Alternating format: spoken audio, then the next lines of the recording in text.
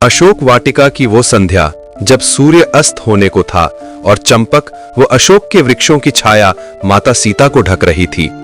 वे नेत्र बंद कर धरती पर विराजमान थीं, तभी मंद स्वर में द्वार खुला। भीतर प्रवेश करती हैं लंका की महारानी रावण की पत्नी मंदोदरी। उनके मुख पर चिंता की रेखाएं और आंखों में भय की छाया थी। माता सीता ने नेत्र खोले पर मौन रहीं। मंदोदरी ने गहरी सांस लेकर कहा, सीता, युद्ध की गर्जना तुम्हें भी सुनाई दे रही होगी। आज का सूरज ढलेगा तो शायद कल का उदय हम दोनों के जीवन को बदल देगा। यह हमारी अंतिम भेंट हो सकती है। सीता बोली, महारानी, जो कहना चाहो कह डालो। किसके लिए कल का सूर्य उदय होगा ये ईश्वर ही जानता है। उसी क्षण रणभूमि से ऐसी गर्जना गूंजी कि पूरी वाटिका कांप उठी। मंदोदरी ने कांपते स्वर में कहा, मैं रावण की पत्नी हूं।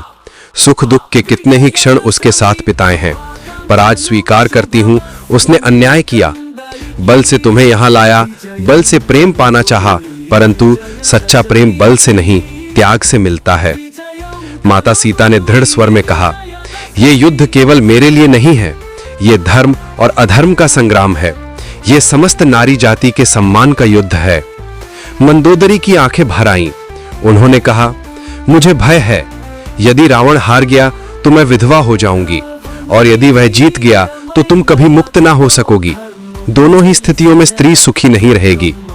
सीता ने उनका हाथ थामकर कहा, महारानी, सुख शायद हमारी नियति में नहीं है, किंतु सत्य की विजय अवश्य हमारी नियति में है। दोनों मौन हो गईं। तभी रणभूमि से रावण की प्रचंड दहाड़ और प्रभु श्री राम की दिव्य गर्जना एक साथ सुनाई दी। मंदोदरी ने कहा, युद्ध आरंभ हो चुका है।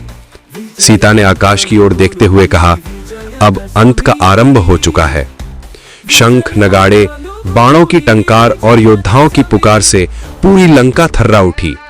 मंदोदरी ने कहा, सीता, मैंने उसे बार बार समझाया पर वो नहीं माना, और आज मैंने प्रण लिया है, यदि रावण हारा तो मैं भी उसके साथ अग्नि में प्रवेश करूंगी, क्योंकि उसके पाप के साथ जीना मेरे लिए संभव नहीं है। सीता की आंखों में क्षणिक चिंता झलकी।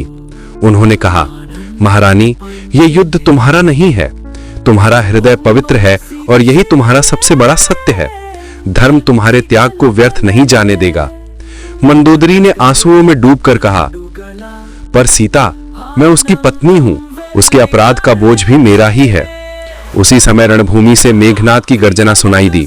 मंदोदरी ने फुसफुसाते हुए कहा, वो मेरा पुत्र है, शायद वो भी आज लौटकर ना आए।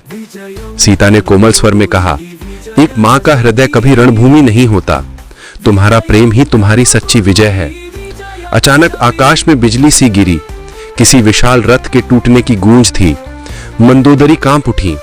उन्होंने सीता से कहा, यदि रावण मारा गया है तो मेरा जीवन भी यहीं समाप्त होगा, पर एक वचन चाहती हूं, यदि तुम्हारे राम जीत जाएं तो उनसे कहना, रावण केवल दुष्ट नहीं था, वह एक राजा भी था जिसने अपनी प्रजा से प्रेम किया, पर उसका अहंकार उसे अंधा कर गया।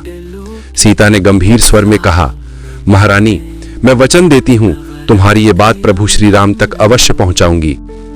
और तभी रणभूमि से विजय का शंख गूंजा। सारी लंका जैसे थम गई। सीता की आंखों से आंसू बहे और होठों पर निकला, राम। मंदोदरी ने नेत्र मूंद लिए। चेहरे पर एक शांत मुस्कान थी। वे अपने अंत की ओर अग्रसर हुईं। तो मित्रों, ये संवाद केवल दो स्त्रियों का नहीं था, ये धर्म और स्त्री सम्मान की अमर गाथा थी। ये कथा आपको प्रस्तुत की सीके क्रिएटिव डायरी ने। अगर ये कथा आपके हृदय को छू गई हो तो वीडियो को लाइक करें और दूसरों तक अवश्य पहुंचाएं। जय श्री राम।